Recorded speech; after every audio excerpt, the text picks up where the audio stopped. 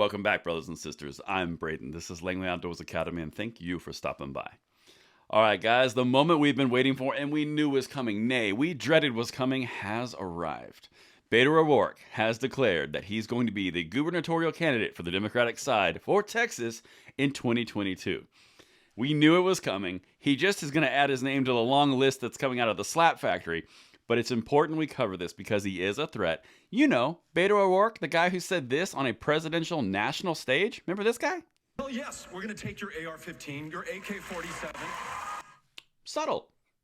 That actually got him kicked out of the national convention for the Democratic Party. Not really kicked out, but he kind of got kicked off the stage as a candidate because that was one of his last gasps of air. But he's still there.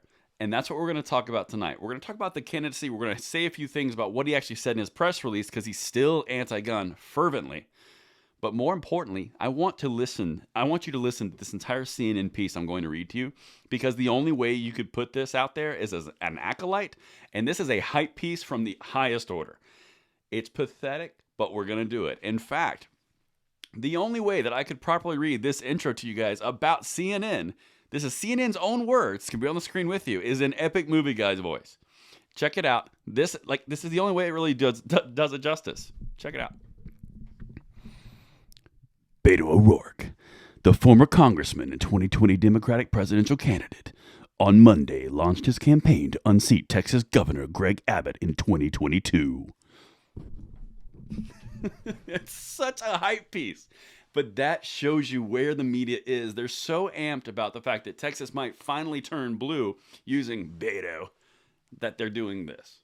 But let's dive in. And if you guys want me to do that again for this entire hype piece and the funny movie guy voice, let me know in the comments field below and I'll see what I can do for you just for a little fun entertainment piece. But let's get a little serious. Everything's linked in the description box below, including that video. And I want to hear what you guys think on this because we got to pay attention to this because it actually is a threat.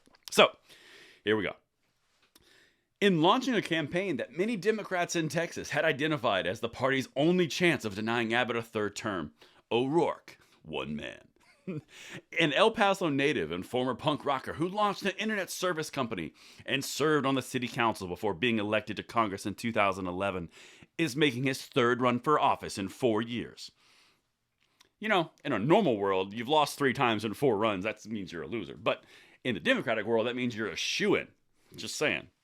And a word of warning from being from Atlanta, one of our senators now, the guy, Pajama Boy, John Ossoff, he actually failed 8 times too, and then he got elected because all the shenanigans went down in Georgia.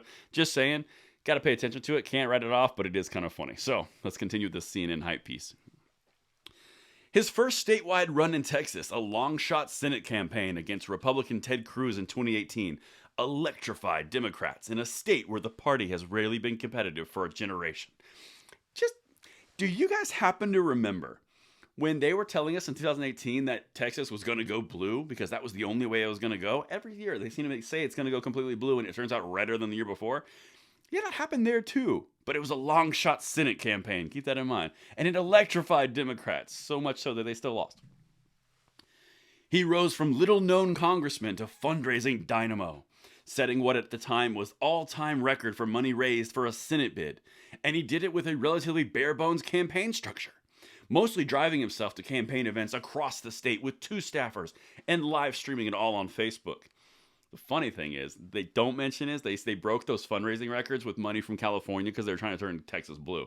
They don't tell you that, but that's exactly what happened. That's why he broke those records.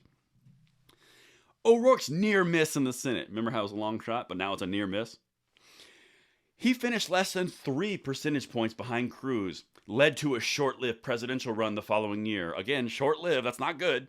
By the time he dropped out of the race in October of 2019, Democrats in Texas were already publicly musing about him as a candidate for governor in 2022. It's a very bizarre world when you get stuffed 3 times in 4 years and you're being mused about as the next successful candidate. Just saying.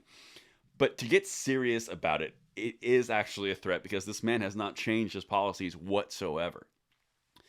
He said Abbott and Republicans in Austin have failed to tackle larger issues, including expanding Medicaid, legalizing marijuana, improving the electricity grid, and improving schools. Quote, instead, they're focusing on the kind of extremist policies around abortion or permitless carry, ding, or even in our schools that really only divide us and keep us apart and stop us from working together on the truly big things that we want to achieve for one another, he said. It's a really small vision for a big state, but it doesn't have to be that way. Beto O'Rourke coming straight out of Texas for you guys in 2022. This is something that we're going to follow because my content list just got a lot longer for the next 11 months. And until tomorrow morning on the Bullet Points, I'm Braden. See you later.